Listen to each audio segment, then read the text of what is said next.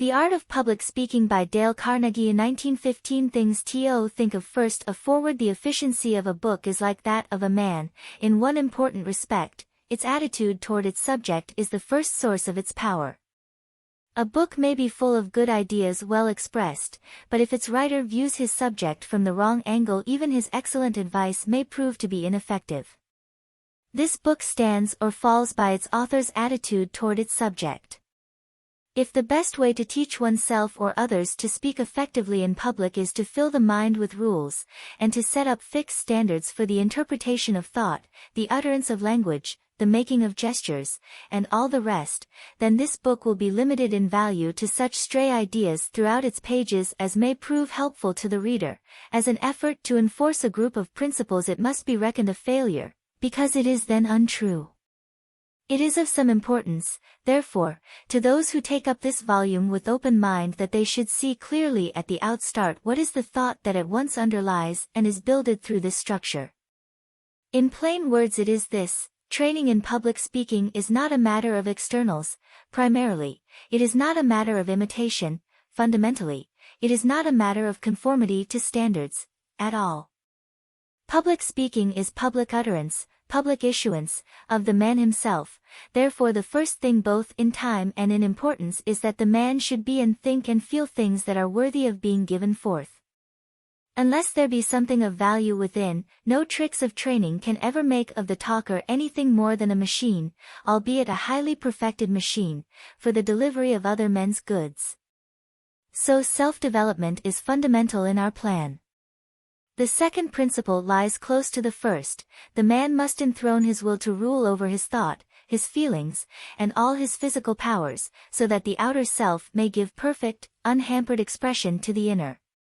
It is futile, we assert, to lay down systems of rules for voice culture, intonation, gesture, and what not, unless these two principles of having something to say and making the will sovereign have at least begun to make themselves felt in the life.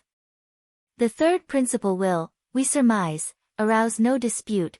No one can learn how to speak who does not first speak as best he can. That may seem like a vicious circle in statement, but it will bear examination.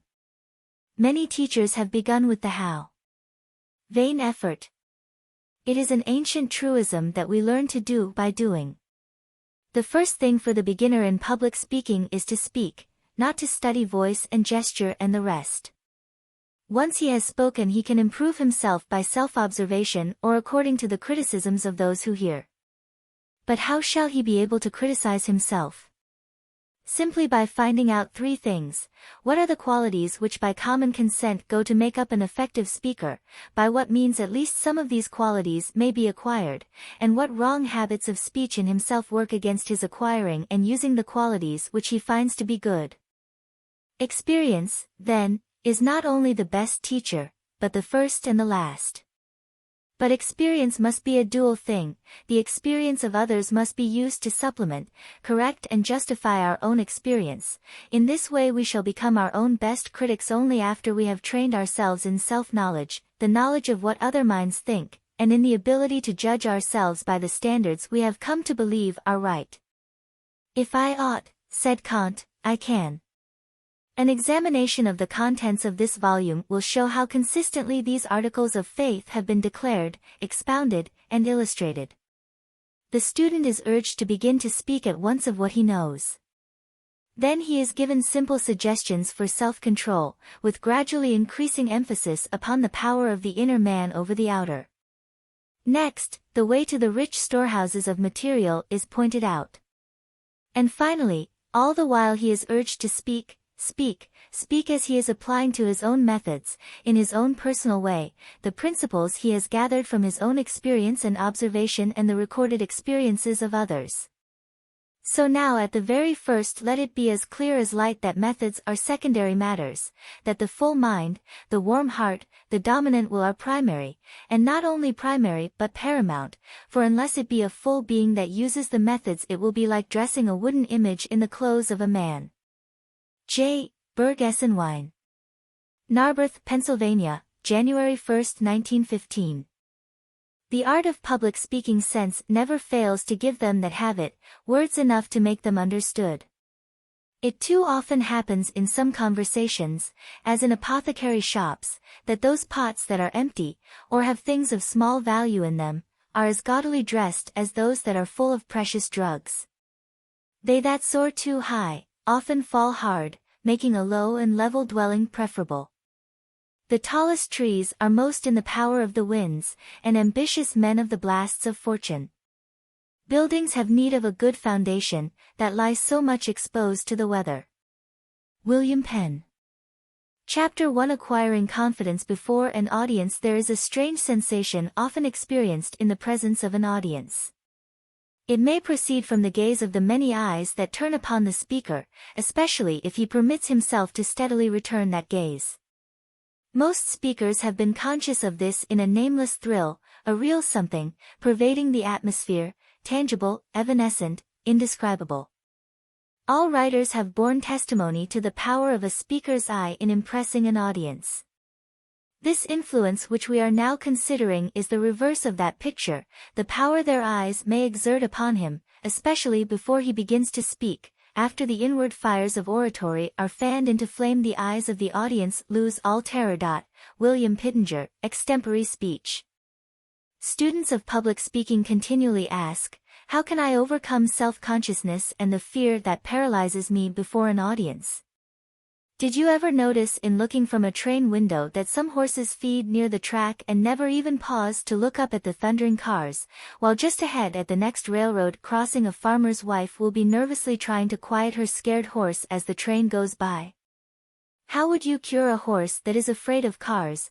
Graze him in a backwoods lot where he would never see steam engines or automobiles, or drive or pasture him where he would frequently see the machines. Apply horse sense to ridding yourself of self-consciousness and fear, face an audience as frequently as you can, and you will soon stop shying. You can never attain freedom from stage fright by reading a treatise. A book may give you excellent suggestions on how best to conduct yourself in the water, but sooner or later you must get wet, perhaps even strangle and be half scared to death. There are a great many wetless bathing suits worn at the seashore, but no one ever learns to swim in them. To plunge is the only way. Practice, practice, practice in speaking before an audience will tend to remove all fear of audiences, just as practice in swimming will lead to confidence and facility in the water. You must learn to speak by speaking. The Apostle Paul tells us that every man must work out his own salvation. All we can do here is to offer you suggestions as to how best to prepare for your plunge. The real plunge no one can take for you. A doctor may prescribe, but you must take the medicine. Do not be disheartened if at first you suffer from stage fright. Dan Patch was more susceptible to suffering than a superannuated dray horse would be. It never hurts a fool to appear before an audience, for his capacity is not a capacity for feeling.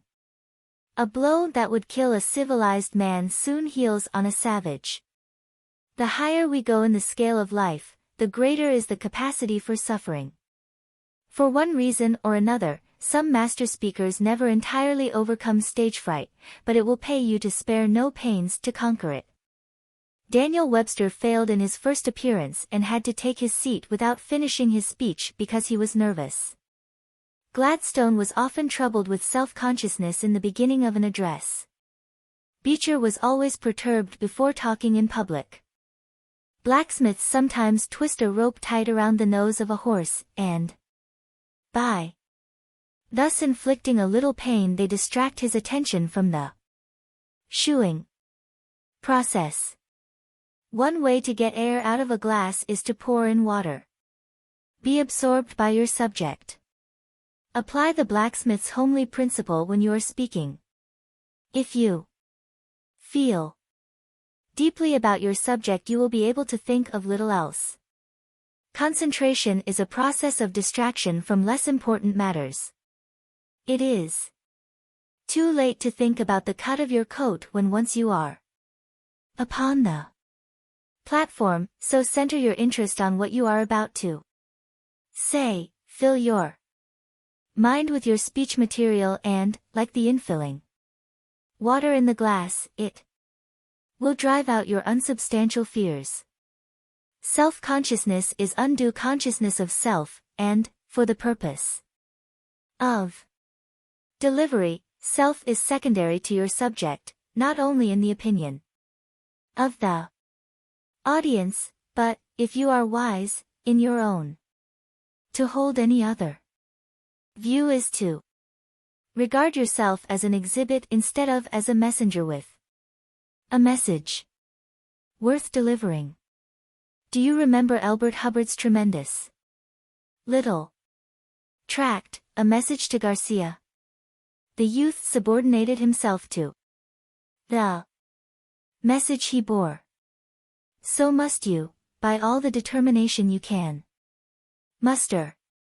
It is sheer egotism to fill your mind with thoughts of self when a greater thing is there, truth. Say this to yourself sternly, and shame your self-consciousness into quiescence. If the theater caught fire, you could rush to the stage and shout directions to the audience without any self-consciousness for the importance of what you were saying would drive all fear thoughts out of your mind. Far worse than self-consciousness through fear of doing poorly is self-consciousness through assumption of doing well. The first sign of greatness is when a man does not attempt to look and act great. Before you can call yourself a man at all, Kipling assures us, you must not look too good nor talk too wise. Nothing advertises itself so thoroughly as conceit. One may be so full of self as to be empty. Voltaire said, we must conceal self-love. But that can not be done. You know this to be true, for you have recognized overweening self-love in others. If you have it, others are seeing it in you. There are things in this world bigger than self, and in working for them self will be forgotten, or, what is better, remembered only so as to help us win toward higher things. Have something to say. The trouble with many speakers is that they go before an audience with their minds a blank. It is no wonder that nature, abhorring a vacuum, fills them with the nearest thing handy, which generally happens to be I wonder if I am doing this right. How does my hair look? I know I shall fail. Their prophetic souls are sure to be right. It is not enough to be absorbed by your subject, to acquire self-confidence. You must have something in which to be confident. If you go before an audience without any preparation, or previous knowledge of your subject, you ought to be self-conscious, you ought to be ashamed to steal the time of your audience. Prepare yourself. Know what you are going to talk about. And, in general, how you are going to say it. Have the first few sentences worked out completely so that you may not be troubled in the beginning to find words. Know your subject better than your hearers know it, and you have nothing to fear. After preparing for success, expect it. Let your bearing be modestly confident, but most of all be modestly confident within. Overconfidence is bad, but to tolerate premonitions of failure is worse, for a bold man may win attention by his very bearing, while a rabbit-hearted coward invites disaster. Humility is not the personal discount that we must offer in the presence of others. Against this old interpretation there has been a most healthy modern reaction. True humility any man who thoroughly knows himself must feel. But it is not a humility that assumes a worm-like meekness, it is Rather a strong, vibrant prayer for greater power for service, a prayer that Uriah Heep could never have uttered. Washington Irving once introduced Charles Dickens at a dinner given in the latter's honor. In the middle of his speech Irving hesitated, became embarrassed, and sat down awkwardly. Turning to a friend beside him he remarked, "There, I told you I would fail, and I did. If you believe you will fail, there is no hope for you. You will. Rid yourself of this I am a poor worm in the dust idea. You are a god, with infinite capabilities. All things are ready if the mind be so. The eagle looks the cloudless sun in the face. Assume mastery over your audience in public speech. As in electricity, there is a positive and a negative force. Either you or your audience are going to possess the positive factor. If you assume it you can almost invariably make it yours. If you assume the negative you are sure to be negative. Assuming a virtue or a vice vitalizes it. Summon all your power of self-direction, and remember that though your audience is infinitely more important than you, the truth is more important than both of you, because it is eternal. If your mind falters in its leadership the sword will drop from your hands. Your assumption of being able to instruct or lead or inspire a multitude or even a small group of people may appall you as being colossal impudence, as indeed it may be, but having once essayed to speak, be courageous. Be courageous, it lies within you to be what you will. Make yourself be calm and confident. Reflect that your audience will not hurt you. If Beecher in Liverpool had spoken behind a wire screen he would have invited the audience to throw the overripe missiles with which they were loaded, but he was a man, confronted his hostile hearers fearlessly, and won them. In facing your audience, pause a moment and look them over, 100 chances to 1 they want you to succeed, for what man is so foolish as to spend his time, perhaps his money, in the hope that you will waste his investment by talking dully? Concluding hints: do not make haste to begin, haste shows lack of control. Do not apologize. It ought not to be necessary, and if it is, it will not help. Go straight ahead. Take a deep breath, relax, and begin in a quiet conversational tone as though you were speaking to one large friend. You will not find it half so bad as you imagined, really, it is like taking a cold plunge. After you are in, the water is fine. In fact, having spoken a few times you will even anticipate the plunge with exhilaration. To stand before an audience and make them think your thoughts after you is one of the greatest pleasures you can ever know. Instead of fearing it, you ought to be as anxious as the foxhounds straining at their leashes, or the racehorses tugging at their reins. So cast out fear, for fear is cowardly, when it is not mastered. The bravest know fear, but they do not yield to it. Face your audience pluckily. If your knees quake, make them stop. In your audience lies some victory for you and the cause you represent. Go win it. Suppose Charles Martel had been afraid to hammer the Saracen at Tours, suppose Columbus had feared to venture out into the unknown West, suppose our forefathers had been too timid to oppose the tyranny of George III, suppose that any man who ever did anything worth while had been a coward. The world owes its progress to the men who have dared, and you must dare to speak the effective word that is in your heart to speak, for often it requires courage to utter a single sentence. But remember that men erect no monuments and weave no laurels for those who fear to do what they can.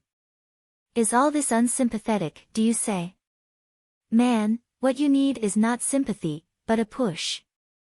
No one doubts that temperament and nerves and illness and even praiseworthy modesty may, singly or combined, cause the speaker's cheek to blanch before an audience, but neither can any one doubt that coddling will magnify this weakness. The victory lies in a fearless frame of mind. Professor Walter Dill Scott says, success or failure in business is caused more by mental attitude even than by mental capacity. Banish the fear attitude, acquire the confident attitude. And remember that the only way to acquire it is, to acquire it. In this foundation chapter we have tried to strike the tone of much that is to follow. Many of these ideas will be amplified and enforced in a more specific way, but through all these chapters on an art which Mr. Gladstone believed to be more powerful than the public press, the note of justifiable self-confidence must sound again and again. Questions and exercises. 1. What is the cause of self-consciousness? 2. Why are animals free from it? 3. What is your observation regarding self-consciousness in children?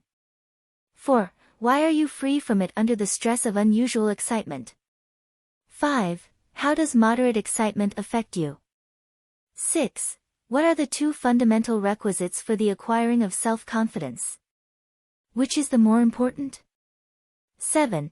What effect does confidence on the part of the speaker have on the audience? 8. Write out a 2-minute speech on confidence and cowardice. 9. What effect do habits of thought have on confidence? In this connection, read the chapter on right thinking and personality. 10. Write out very briefly any experience you may have had involving the teachings of this chapter. 11. Give a 3-minute talk on stage fright, including a kindly imitation of 2 or more victims.